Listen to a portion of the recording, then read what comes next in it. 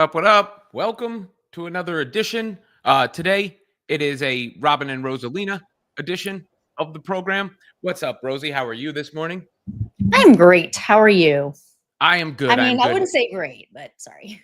Oh, it's my daughter's birthday, so I just got the food order in. I'm trying to get everything done early. This is my new pocket of time. I'm liking and I'm feeling. So yeah, whatever. We'll move on. Yesterday, it's funny because I was a little frustrated and upset after the game. I would call that the worst loss of the season for the Fever. Yeah. Oh I thought they were yeah. gonna, yeah, I thought they were gonna smack the Aces, to be honest. And then it also like came down on Caitlin Clark at the end, and it's not often I'm pointing the finger at hmm her, but I think hmm that loss was on her more than anybody else. Yeah. I mean, to be honest, I knew how hungry the Aces were for a win, and the last game that they played against the Storm, I started seeing a little bit of their tenacity come back as Asia Wilson, got back with the team, and she's a big, player for them. So I was like, I could see the Aces pulling this off, but they have been they have been on a skid this season. So for me, I was like leaning more towards the Fever taking this, and then yeah, they just sold it. I mean, and the turnovers like were important in this case. Like normally I don't care about Caitlin Clark turnovers, but that was a thing. Well, those turnovers cost the game. I mean, that's where I don't care about the shooting so much, and generally, I don't care about the turnovers in the sense of I only care about turnovers about in regards to how and when they happen, right? Like how meaning an unforced turnover, like we saw at the end there, especially the second one, but both of them were basically unforced turnovers. I mean, Chelsea Gray picked her pocket, but she was too loose with the ball. Then the second time, she just basically gave them the ball. So those are unforced turnovers. And then when obviously important part of the game, I believe the score was 69-69 before the Chelsea Gray one, which led to two free throws. So then it's 71-69. Then the next It possession was is stolen. 69-69. I Yeah, specifically remember actually. nice. And then there was an and one from Jackie Young. So that score goes from tied to Fever down 75-69 down, or whatever the score was, 74-69 in that frame of a couple possessions, and the game is over then. I mean, I gotta say though, I saw the momentum shift when Timpson and Colson were put in together on the court, which I don't see as any sort of ideal like duo on the court together all the time, to You be mean completely honest. Turner and Colson? Oh, yeah, Turner and Colson. Sorry. Turner and Colson, because I mean, there's no ifs, ands, buts about it. It just feels like Turner has become kind of like a liability, for the team. Yeah, no, look, she's not good enough. And if you want to, so one of the things I think that some fans take the wrong way when I say that, and when I blamed, I'm not blaming Caitlin Clark solely for the loss, obviously, but when I point the finger at her in that sequence, I'm not saying anything judgmental about Caitlin Clark. It doesn't change my opinion about Caitlin Clark whatsoever. I still think Caitlin Clark is the best player I've seen. Like none of that stuff changes. I'm just saying she had a bad game and she was the reason they lost is probably because of her, or more so because of her than anything else. Now, if we want to take a step back and look at some of the other issues, there are roster construction things to talk about when it comes to the Indiana Fever. Brianna Turner is basically wasting a roster spot. Sydney Colson is not explosive at all. She's steady, but there's a reason she's an end of the bench player. Steady, yeah. And then the two vets, Natasha Howard's been okay, but Dewana Bonner is MIA, and that makes a difference as Are you well. rhyming? Oh yeah, I'm a poet and I Luana don't even Bonner's know been it. okay. Natasha Howard's MIA or opposite day. Yeah, yeah, yeah. Yeah, I mean, my main concern this entire season has been the roster construction, and the only reason things like this land on Caitlin Clark's shoulders is because she's the only one that can pull that team out of what, like in two games, in the first two games that she was out, they looked like one of the worst teams in the WNBA. And I know there's like a confluence of events that it's like I mean, I said this in a video, but it's like Murphy's Law has hit the Indiana Fever. Like, legitimately, anything that can go wrong will go wrong. And they have never had any time to develop a rhythm because they are just constantly down somebody. So there's never like a full, like, there's never an idea of a full team. Like, and these are key players, like, or key people for the team, like, you know, Stephanie White going out twice, Caitlin Clark going out for an extended period of time twice. And they're constantly juggling an idea. What do we do because this person is out? And last night, I mean, I know DeWanna Bonner hasn't been the most, you know, like proactive on the court like she has been in the past, but I think last night it was important for her to be in because she wasn't in, you know, Turner was put in. And I think DeWanna Bonner's length and rebounding ability and things like that would have been a lot better to be up against the Aces than Turner. Well, you know what else would be good? I mean, a max player playing. You know, like you pay a full salary to a player who's not playing at Yeah. all. That's going to have an impact on the strength of your roster and depth. And it's one thing if it's an injury, but it's another thing when it's a mystery. And of course, I will preface this disclaimer every single time. I obviously hope all is well with DeWanna Bonner personally. And if there's anything going on behind the scenes that she's struggling with or her family is struggling with, my best wishes and hopes are with her, of course. But at this point, this absence has now extended to a length that makes it feel suspicious. Not to mention, you know, the fact that we're not getting any sort of information from the team in regards to, you know, the nature of what's going on here. They don't, you know, we're not owed to know everything that's going on in her personal life. I'm not saying that, but some sort of clarity of why one of the key players of the team is not on a road trip, is missing multiple games at a time with no signs of her return. And in fact, you know, my spider sense is tingling. If I had to guess right now, this is just a guess, pure speculation, but I doubt that DeWanna Bonner suits up for the Indiana Fever again this season based on just how I feel about the vibes right now. Yeah. I mean, I think that something's definitely up too. Like, because it is an odd situation to be out for. I think it's I was thinking about it. It's almost like 10% of the games she's been out for now.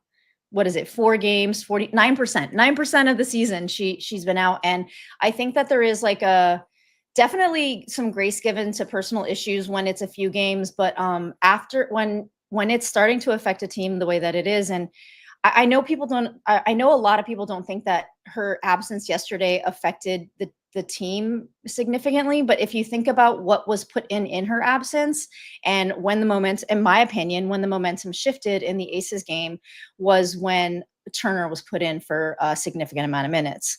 And that just changed everything. And then everyone started, you know, and then compounded with Caitlin's shooting slump and not, you know, and then compounded with like all of a sudden the whistle got worse and, you know, things like that. It just ended up like kind of being the momentum shift of the game.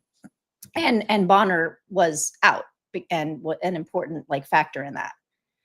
Yeah, I mean, again, look, when we look at the offseason, right? I mean, Colson and Turner, we can be critical of them, but they were brought in as supplementary pieces, right? You know, Bree Turner barely gets off the bench. Sydney Colson has played a lot more than expected because of Caitlin Clark's injury, and it's certainly a fair criticism to say that they did not address the backup point guard position enough. But with that said, there were 3 major additions in the offseason. One was Natasha Howard, who I think has had mixed results, is playing a little bit better as of late. And you know, I'm not going to be too harsh on her, but I think what she really needs to do is extend her range. Like, she needs to be a threat from the wing in the corner. And that's not really her game, but that's the only thing I'd have her practice. I just have her stand in the corner and shoot threes the entire practice so that she can space the floor when she's out there, rather than being fed the ball. And the other is Sophie Cunningham in the trade, who, you know, she brings things of value. And then DeWanna Bonner was the one that shook the room up. I mean, the DeWanna Bonner signing, Rosie, happened the day after Luka Doncic was traded to the Mavs. I remember it was the Royal Rumble that Saturday night. Jey Uso won the Royal Rumble. Everybody was like, wow, like, I can't believe Jey Uso won the Royal Rumble. Speaking of Jey Uso, real quick, this is from Fanatics Fest this Oh, weekend. yeah, so you did end up going? Raj went the whole weekend. I went on Friday, but there is Oh, that's there is fun. Raj with Mr. Yeet. So that Saturday night, Jey Uso wins the Royal Rumble. Then the Luka trade to the Lakers happens, and it's like, holy, because I remember being in my bed, like, I can't believe this happens. And then the next morning is when the Dewana Bonner signing happened.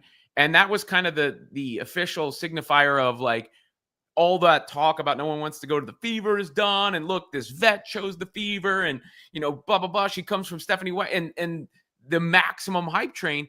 And it's been a complete dud. She hasn't played well when she's been on the floor, and now she's gone, and she is on a big deal that eats up a huge chunk of the salary cap. It's an unavoidable problem right now.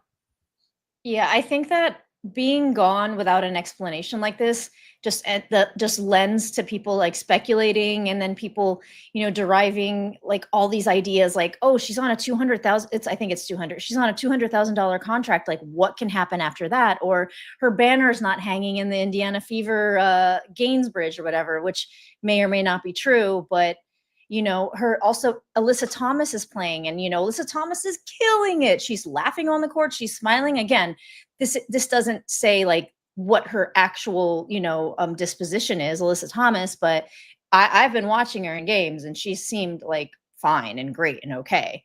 So it is we have all these like circumstantial nuggets of evidence, but we don't like know what's up. And I think that we're at the point now, I think we are going to find out soon, but I think 4 games is like kind of like stretching it a little bit, especially for a team that's in peril right now.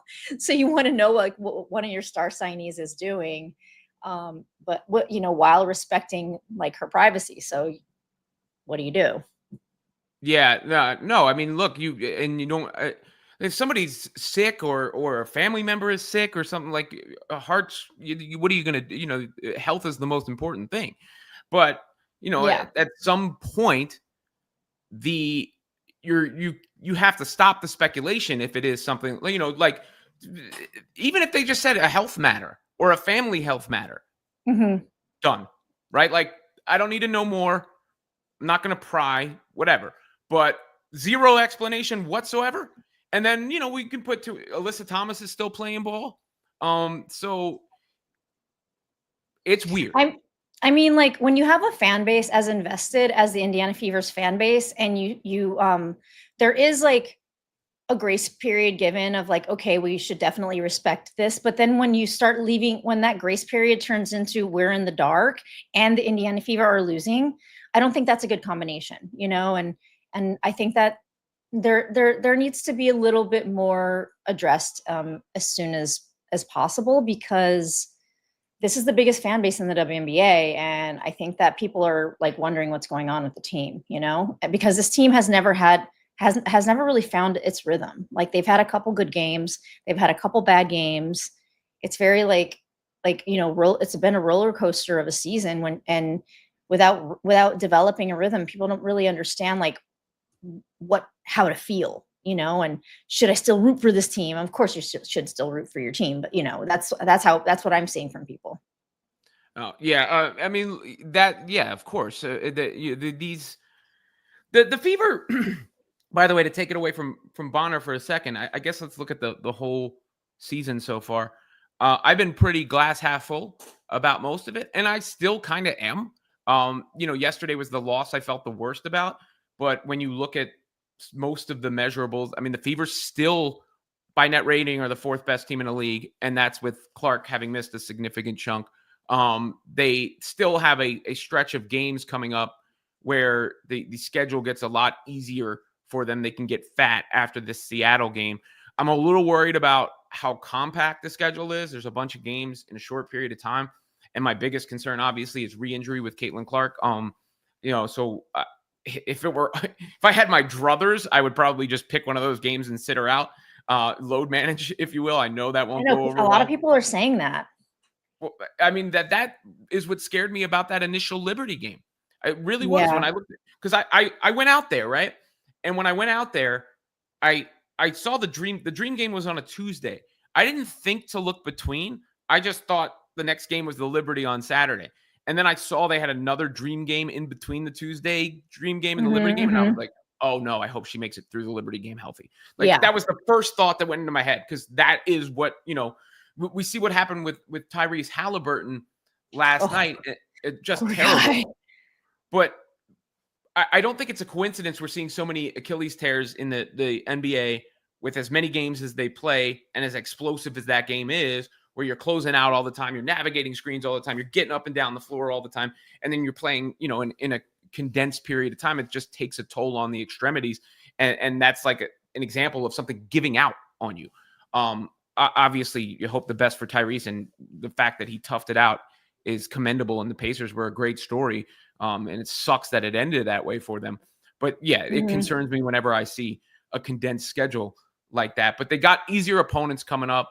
And then there's the whole, let's get into before we get into the chats, the Clark, Stephanie White sort of fan drama, I guess, if you will. Yeah. You have. I thought you were going to get into it. No, I was teeing that one up for you if you've got. No. I think you should tell, because I'm actually curious your take on it, because I'm not exactly sure how to see this. Like, did she actually call Steph White out? Like, did she say it, and did she, word it weirdly where people are taking it differently? That's why I didn't put it in my video yet, because I really wanted to have a think on it. I'd also put the bomb. Are you talking about the comment yesterday where she said something about we did what the coach wanted, but that's not why we lost? Yeah. Yeah, I didn't really take that to mean much. To me, I think she was trying to say they lost for other reasons. And she had also taken the responsibility for the turnovers herself. So I didn't read too much into those comments. The comments that stood out to me were a little bit earlier. It was actually around that Liberty game, before that Liberty game, when Clark was saying they're at their best when they play fast, and Stephanie White was saying that they need to be prepared for when people take the ball out of Caitlin's hands. It was the first sign of like a little bit of a different philosophy. I do have it on good authority, not only out of Caitlin's mouth, but that Caitlin is a big fan of Stephanie White. So I have that on reporting authority. So I don't know what to make of it too much. Obviously, you want the team to be playing better, but I think some of it, to be honest, is justified. But some of it is also people looking for a scapegoat when Caitlin doesn't play well. And the Fever right now are third in pace in the WNBA. It's not like they're playing really, really slow. Let me look at where they were last year. Their pace was 97.54 last year.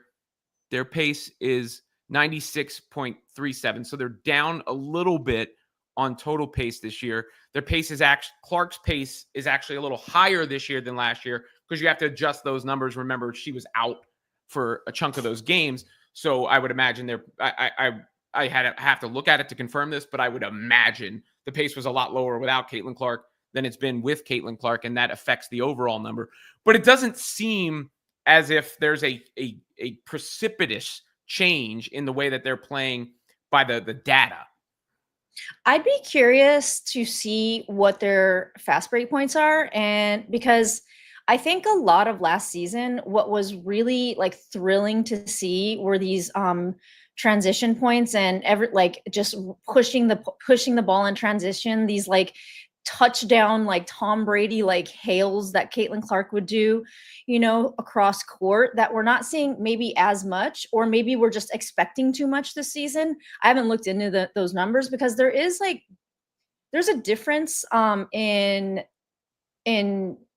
I think the excitement level of the games. And I don't know if that's because Caitlin Clark was out for like 2 weeks or whatever. And, those games were a lot more subdued energetically, but there is a bit of a difference. And I think we have to like figure out what that is and what was working last season that, can be carried over into this season. Cause I know that Steph White is running like a motion offense. And, I think that there was supposed to be a lot of read and react, but we'll see. I don't know. Well, What a are your lot of that thoughts? was Caitlin trying to force the ball to AB too. I mean, she again, like I'm not going to let her. Oh, I I have am. There something is to no say about bigger that when fan you're of done. Caitlin Clark than me, right? Like, there's no bigger fan. But I'm not going to just let her off the hook, to blame other people when she doesn't play well. And last year it wasn't working well.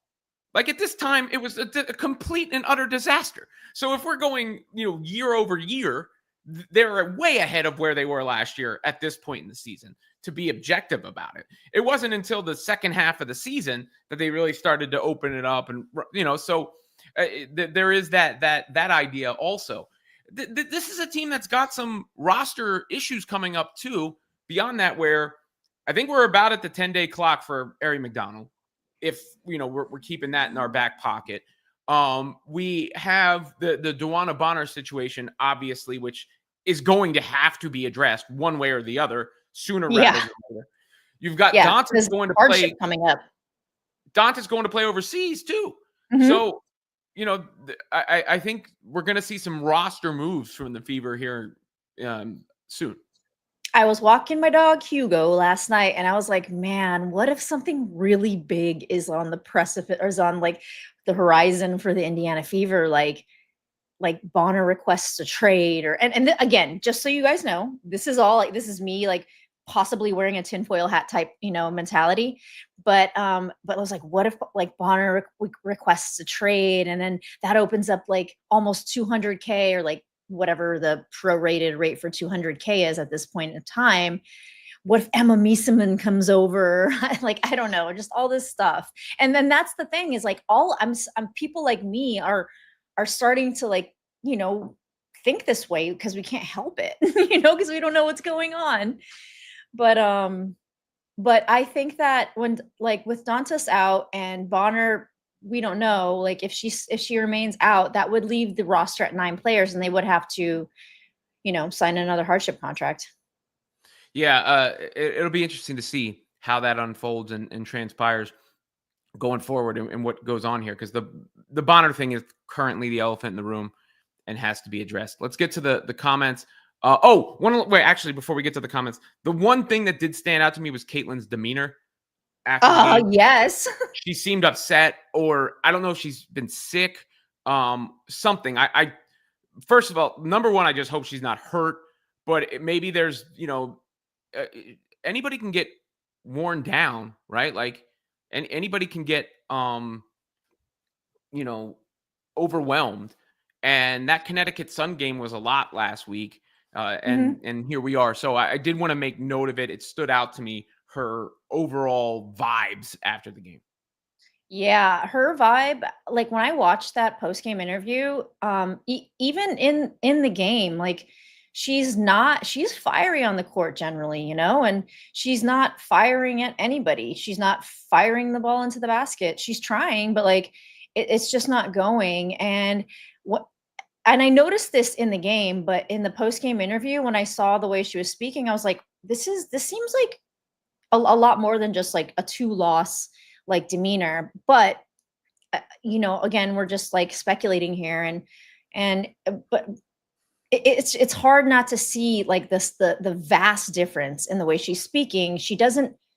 I don't know. Is she sick? Like, I mean, she was coughing for weeks. Like, does that have anything to do with it? Is it a crazy like spill with asthma or allergies or I don't know. And then look, the Bonner thing could be a behind the scenes situation too. I was That's thinking another that factor too. in. The I was Sun thinking that thing, too. could cause stress. And again, I go back to that Liberty game, but I noticed her demeanor off after that game too. And that's when we found out about the injury. But it was a little different. She was just kind of like disinterested and down and not engaged. This one seemed a little more upset, if you will. But regardless, it was away from the even keeled tone we're used to her. I mean, she had that tone and that demeanor in the pregame interview also. So it was like before the Aces lost, where she was kind of just like sitting on the microphone and like, oh, like whatever, and doing things like that. But so it wasn't just in the postgame interview that I noticed it. Let's get into the comments. Matthews muses with the generous super chat. Let's be honest, CC hasn't smiled. Her body language has been off since the Sun incident. Last night's presser was very concerning. the way AB was looking at CC, very concerning. I did take Sophie Cunningham's comments the other day to heart, where she said it'd been boiling over for years, a couple years, and they won't protect the star player. Because that's how I felt after that game. And it's almost like people went the other direction. They were like, because they didn't like this whole like damsel in distress. Like, no one says that Caitlin Clark is some princess that needs to be protected. Certainly not me. She talks her smack. She gets into it. Somebody wants to Yeah, you clap just go to back at bat her. for your teammates, though. Yeah, That's all competitive. But the yeah. officials never call it right on the floor, and they let them get away with everything with her. And, eventually when you get poked in the eye, knocked to the floor, and get a technical foul in the process so of it, bad. it's got to be, it's got to be deflating at some point to continue to just represent the league in the way that she has and carry the league in the way that she has and just kind of be crapped on constantly. Yeah, I know. I mean, her receiving a technical foul because of what? Because of her unsportsmanlike conduct when JC Sheldon puffed her chest out at her. Like, what do you do when somebody puffs your chest out at you when you're injured? Like, you want to push them away. And I understand it to a degree, but also like read the room. Like, she looked like a bumper car out there, not in the good way, like not fun. I don't know. Let's go. Lauren Allen, not to mention Alyssa Thomas would be with her if it was anything other than fever related. AT is playing. Look, I've certainly pointed that out.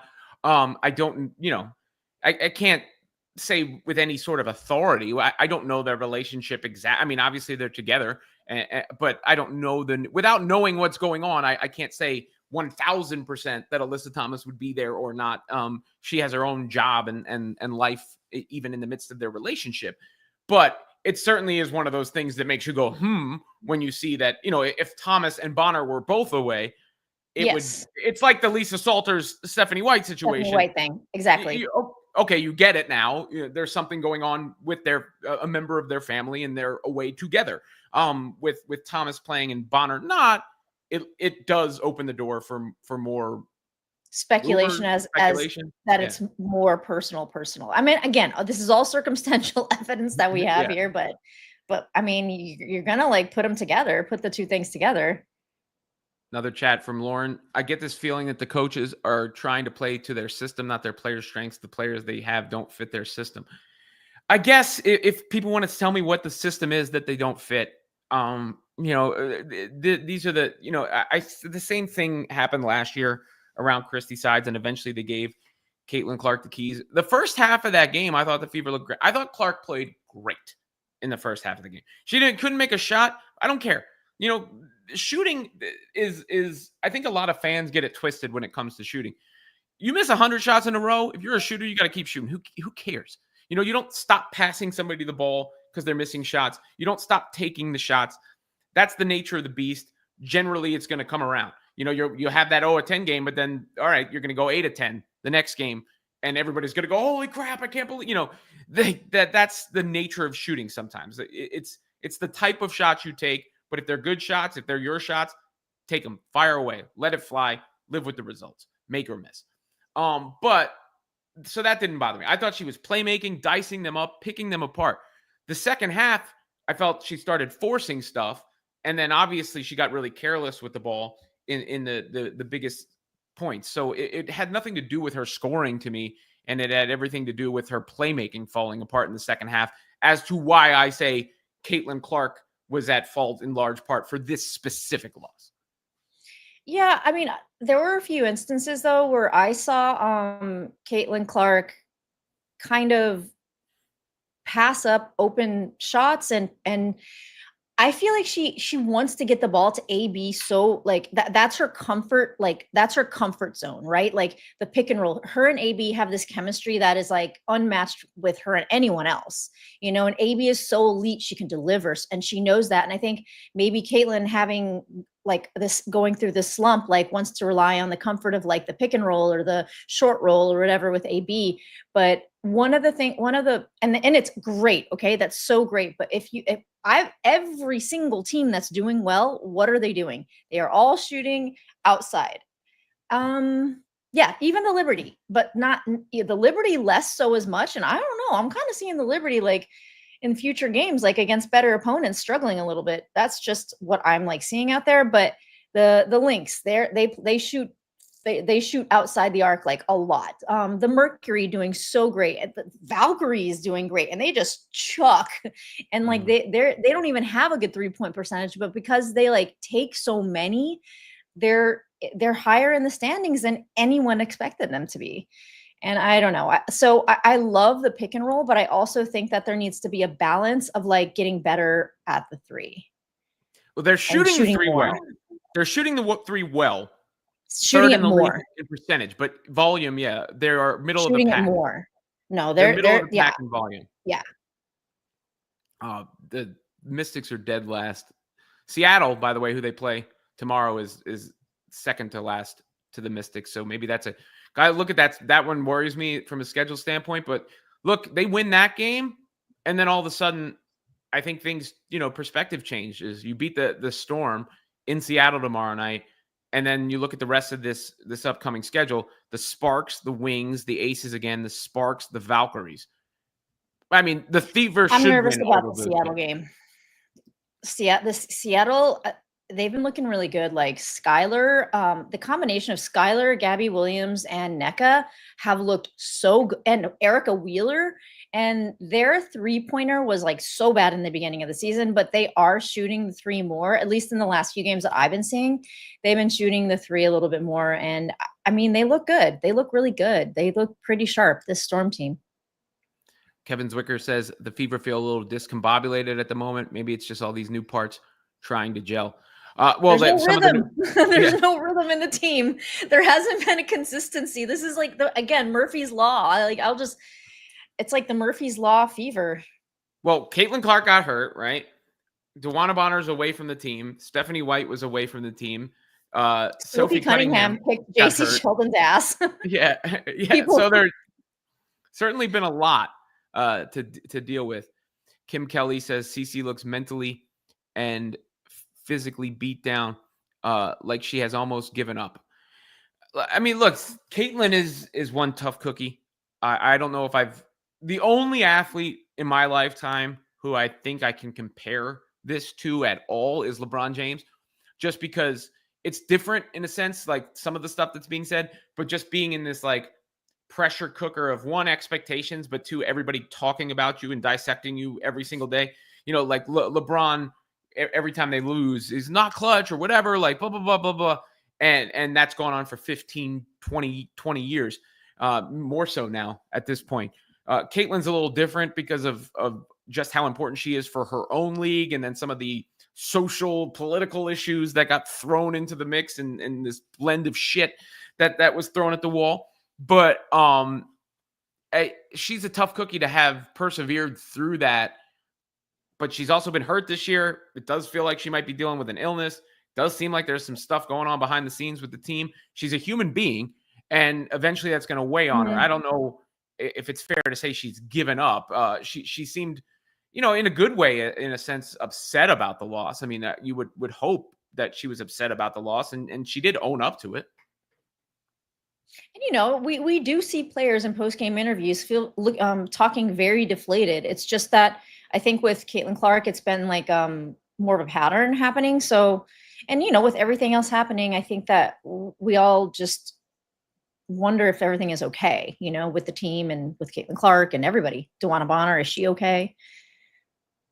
Yeah. No, I mean, look, that's and it's natural, but Caitlin, I don't doubt her, right? Like I don't doubt her or her abilities or any of those things. I mean, look, she has stuff in her game to work on too.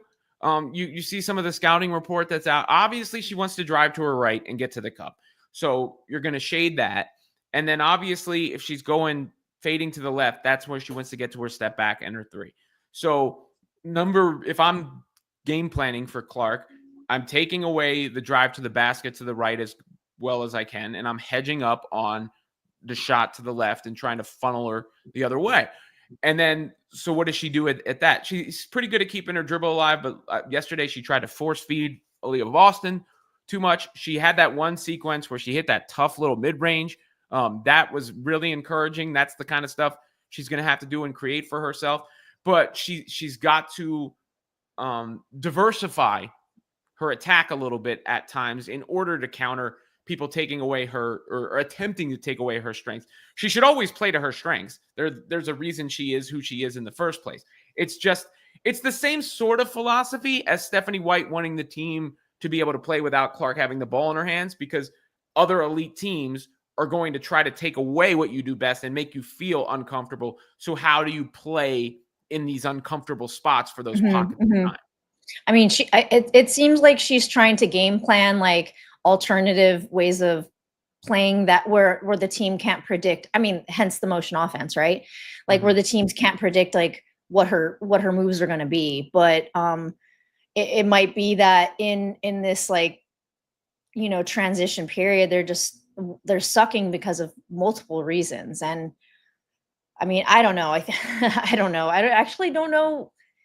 I don't know, because there's no rhythm. We can't really tell what's going on yet, you know? Sticker from John Clapp. Appreciate it. Clap for him. Savage Coffee and Tea says the chemistry in the locker room is off and different from last year. You don't see any more team off-court moments. So wasn't Christy Sides still together? Their chemistry seems a lot better this year than last year. I mean, I do think something is off, like especially in the last few games, but like, you know, the way that they are with each other on social media, Caitlin Clark has like finally let loose this season. Like last season, it seems like she came into the league, this like new player, didn't understand, like was a little more timid to like talk to everybody. She's like kind of like blossomed in that way. But in the last few games, I do agree. I think something might be off. Well, yeah, I mean, if you go back to that Sun game, that was less than a week ago. She was as fiery as it gets in that game, screaming at the bench and all that stuff. But those are good characteristics of Caitlin Clark. You know, like people, because like Hatelins have tried to go out of their way to like pick apart everything. It is good that she's super competitive. It is good that she's a shit talker. It is good that she wants to mix things up. Like those are all positive aspects of who she is as a player.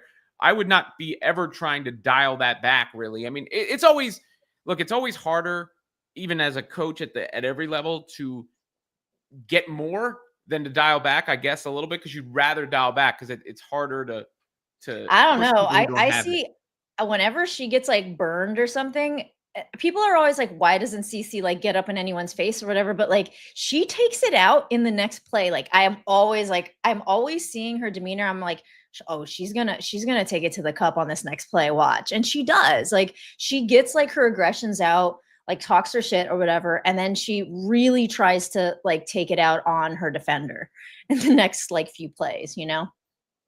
Yeah, I think she needs to be decisive. Obviously, yes, playing fast is ideal for her, but you got to get stops to play fast. That's another aspect of it that I think sometimes gets overlooked. You're not going to be able to play fast when you're taking the ball out the basket.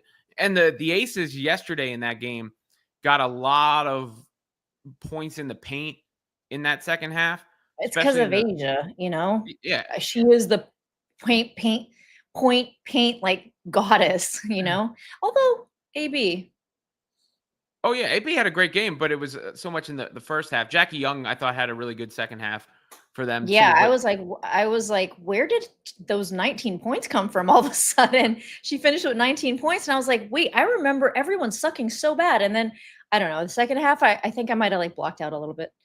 But you're not going to be able to run. My point is off makes. That's basketball. Like every now and again, I guess you could, but for the most part, you got to run. You got to secure the rebound and get out and go in transition or get the turnover. That's how you get going and playing fast. When the other team makes the basket, they're already down the court and set. And Becky Hammond knew what she was doing. She threw the game plan out. She said it early when she saw Caitlin Clark picking it apart. And she changed the game plan. You're also going up against an elite coach. Adjustments. Yeah. I didn't watch that post game. Interesting. Yeah. The adjustments, I've been seeing the coaching adjustments on Caitlin Clark. I've been noticing from other teams. Like, I mean, I know Natalie Nakase is getting like all this credit for like deconstructing Caitlin Clark. I mean, I do give her credit, but I also don't know like how much of it was Caitlin Clark and how much of it was the Golden State Valkyries. But you know, they did kind of like lock her up a bit. Also, but like some of that comes down to I thought in that Valkyries game, like whether the shot goes in or not. Like a couple of those threes, Absolutely. couple of those That was threes her drop, and all of a sudden it looks a lot that different. that's actually what I meant to say, but yeah, that's it. That's it. Deconstructing Caitlin Clark, but she wasn't getting like space either. Like they weren't giving her space to get her shot off. So there's credit like there too, But yeah, her shot just was not falling. Like, I mean, look, you go back to that Liberty game that got everybody excited when they came out. It's not like those were easy shots she was hitting, right? Like those were, but that is part of her. Look, I think the three things that Clark does the best to me are the deep bombs. There are other players who shoot the ball well, but nobody shoots the ball as well off the pull up from as far as consistently as Caitlin. The hard drives to the right to get to the cup. She is elite at finishing at the basket. She's so good at that. Yeah. Yeah. And then the vision and the playmaking and orchestrating in between. The rest of that can be seasoned and spiced and improved upon.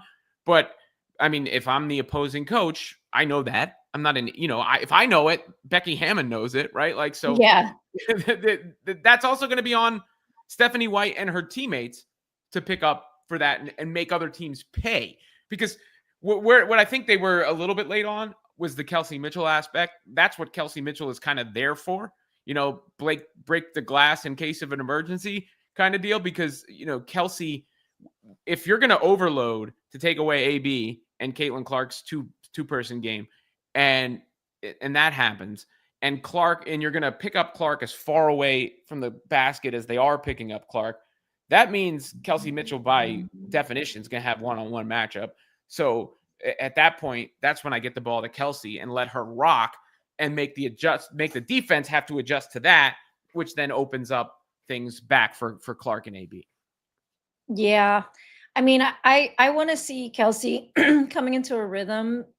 She's so wishy-washy this season, but that I'm not saying that that's how she was last season, but by the end of last season, she was looking like so elite. And I think that people coming into this season, that's what people want to see. And that's what I want to see too. I want to see her hitting her shots more. She's not her percentages aren't exactly the greatest this season, And I think people are making a lot of silly mistakes, and it all just comes down to a rhythm and Murphy's Law. I don't know. CC's Law. There you go. No, that look, it is what it is, but they got to turn it around at some point in time. Any other comments out there? I do have to get ready for my daughter's birthday party here coming up. It's going to be a big affair. Fun. Yeah, I got the food set. I got to take pictures, and then there's going to be just so y'all know, it is boiling hot here in New York, all of the sudden. So is this an outside thing that you're doing? No, it's in the house, I think. Oh, I don't know. God, because actually, I'd rather be outside. I don't want all the. There's gonna be pigs in the house too, like literal pigs. I don't. Yeah. Hopefully, she's not watching. I don't know. That is crazy.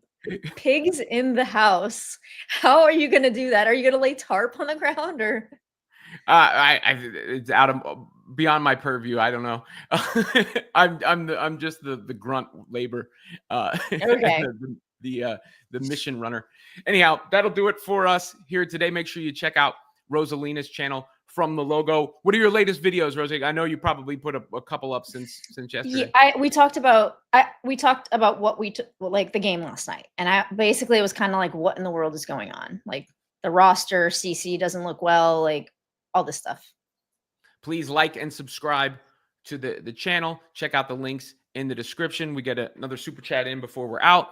I don't think it's that deep. She's shooting bad and she's upset about it. Once they get a win, everything will feel different. That's a nice positive. You're possibly right. Absolutely. Could be that. A nice positive sentiment from Brandon to send us out on. So until the next one, yeet.